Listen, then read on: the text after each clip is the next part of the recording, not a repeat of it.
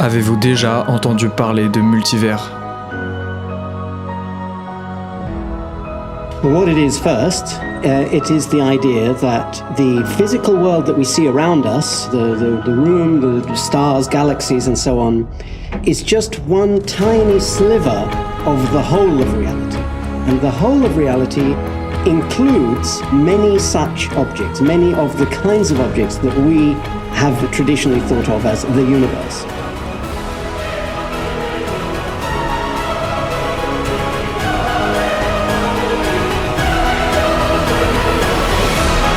Mais d'où vient cette théorie du multivers ? D'où vient cette idée que plusieurs mondes puissent cohabiter en même temps ?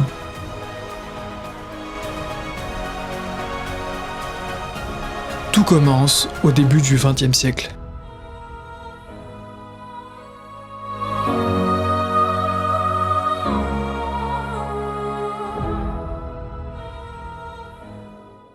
La théorie quantique a été construite donc en 1925-1926 essentiellement. Tout a été fait, presque tout a été fait à ce moment-là.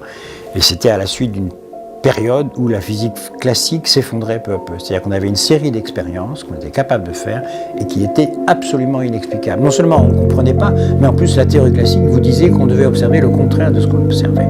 Le problème que les physiciens avaient au début du XXe siècle, c'était donc que les prédictions que l'on faisait avec la physique classique, c'est-à-dire la mécanique newtonienne ou la physique d'Einstein avec la relativité restreinte et la relativité générale, eh bien ne marchaient pas du tout à partir d'une certaine échelle, l'échelle atomique et subatomique.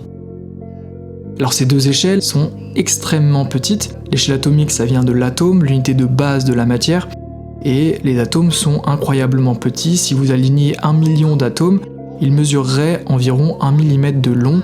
Pour vous donner une autre perspective, il y a plus d'atomes dans une seule goutte d'eau que de gouttes d'eau dans tous les océans du monde.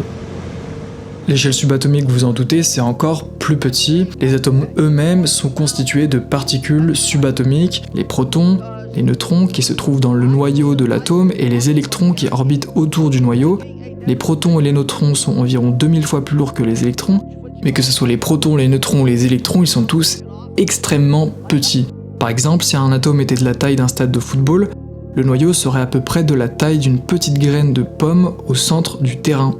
Et les électrons seraient comme de minuscules moucherons volant autour des gradins. Alors c'est des échelles qui font partie de l'infiniment petit, et comme l'infiniment grand, c'est difficilement concevable pour un esprit humain, mais c'est pourtant cette échelle, l'échelle de l'infiniment petit, qui a initié cette physique quantique si mystérieuse.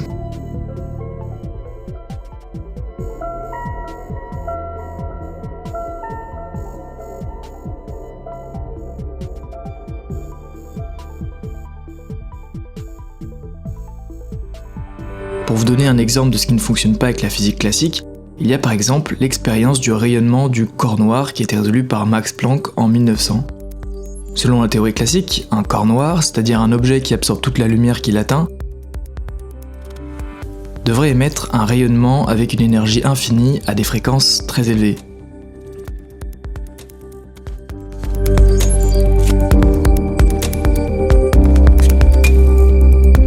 Concrètement, le Soleil est un objet qui se rapproche du corps noir.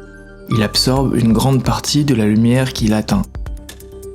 Et bien selon la théorie classique, le Soleil devrait nous souffler et nous faire brûler, tout simplement parce qu'il rayonne beaucoup trop.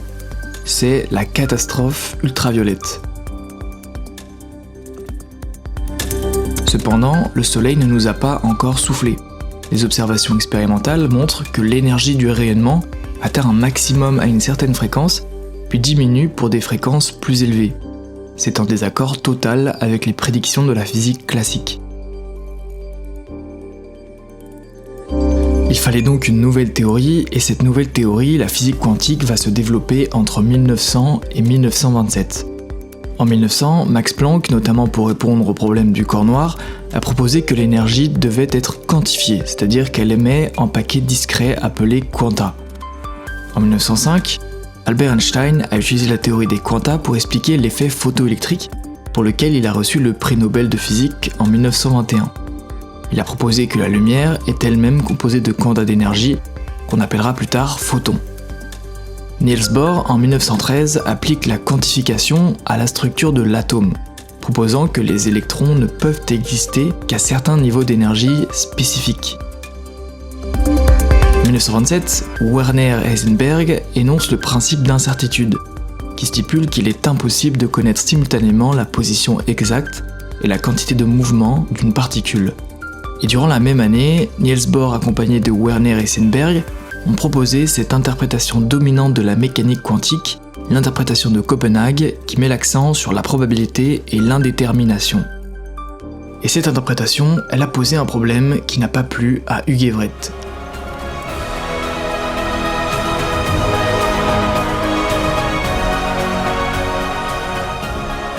Imaginez que vous êtes un magicien avec un chapeau très spécial. Ce chapeau n'est pas un chapeau ordinaire, c'est un chapeau quantique, et chaque fois que vous mettez votre main dans le chapeau pour en tirer quelque chose, vous ne savez jamais ce que vous allez obtenir. Peut-être que vous allez tirer un lapin blanc, ou peut-être que ça va être un pigeon, ou un bouquet de fleurs.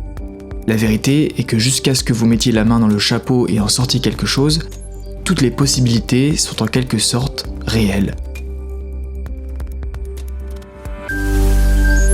Le lapin, le pigeon et les fleurs existent tous en même temps dans une sorte d'état flou, mélangé jusqu'à ce que vous fassiez votre choix.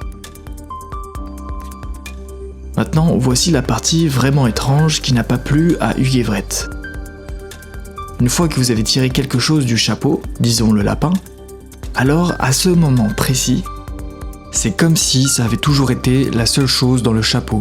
Toutes les autres possibilités, le pigeon, les fleurs, disparaissent instantanément.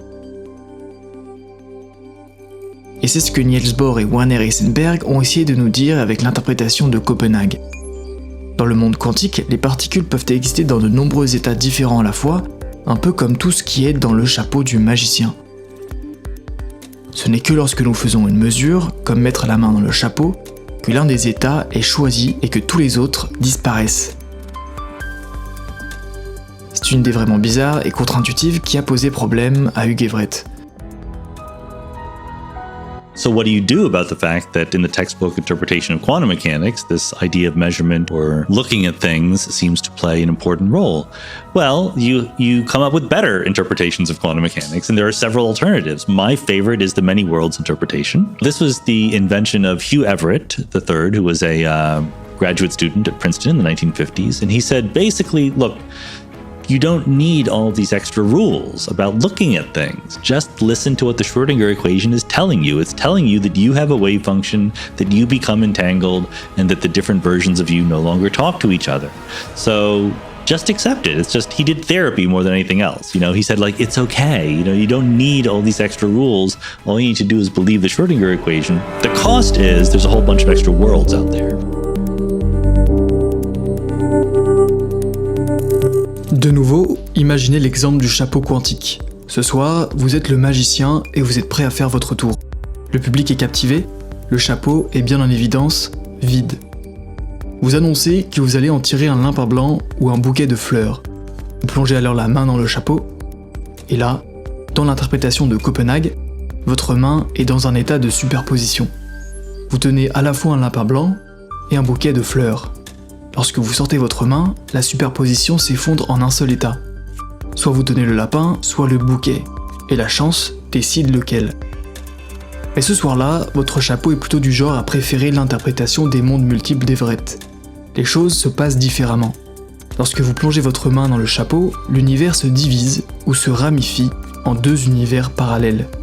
Dans l'un, vous sortez le lapin du chapeau, dans l'autre, vous sortez le bouquet. De notre point de vue, dans chaque univers, il semble que le monde ait choisi sa possibilité.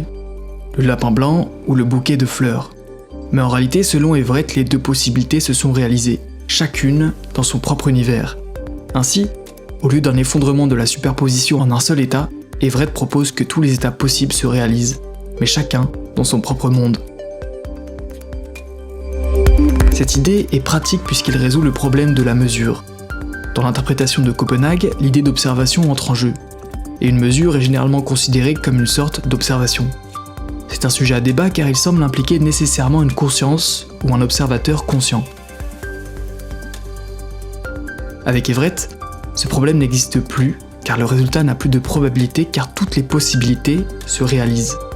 L'observateur n'influence plus le résultat. Cependant, l'interprétation d'Everett ne fait pas le consensus car elle pose quelques questions.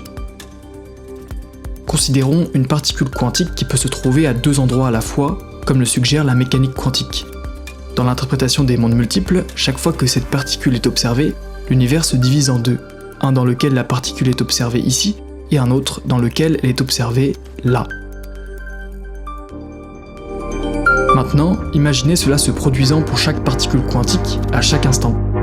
Le nombre d'univers résultants serait astronomique. On se demande alors, où sont stockés ces univers ? Selon l'interprétation des mondes multiples, lorsqu'une mesure est effectuée, chaque résultat possible se réalise dans un univers différent. Mais comment pourrions-nous vérifier cela ? Nous ne pouvons observer que le résultat de notre propre univers, mais pas ceux des autres univers. Considérons l'expérience de la double fente où un photon est tiré vers une plaque avec deux fentes et arrive sur un écran derrière. Avant l'observation, le photon passe par les deux fentes à la fois, dans un phénomène de superposition, et selon l'interprétation des mondes multiples, lors de l'observation, l'univers se divise en deux, un où le photon est passé par la première fente, et un autre où il est passé par la deuxième. Mais comment cela peut-il expliquer le résultat observé qui suggère que les probabilités d'arriver à certains points sur l'écran sont plus grandes que d'autres ?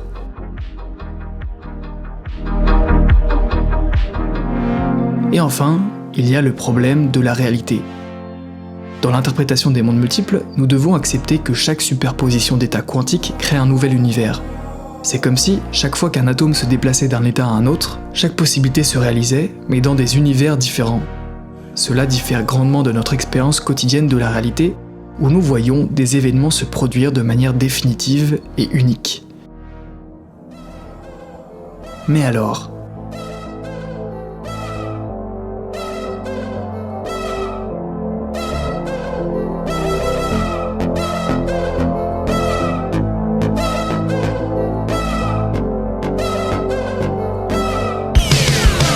Alors que le rideau tombe sur notre scène, nous laissons le public se demander dans l'ombre de l'incertitude quantique combien de réalités se déroulent à l'instant où ils applaudissent.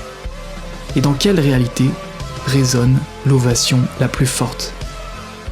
La réponse, comme pour tout dans l'univers mystérieux de la mécanique quantique, dépend peut-être, simplement et finalement, de l'observateur.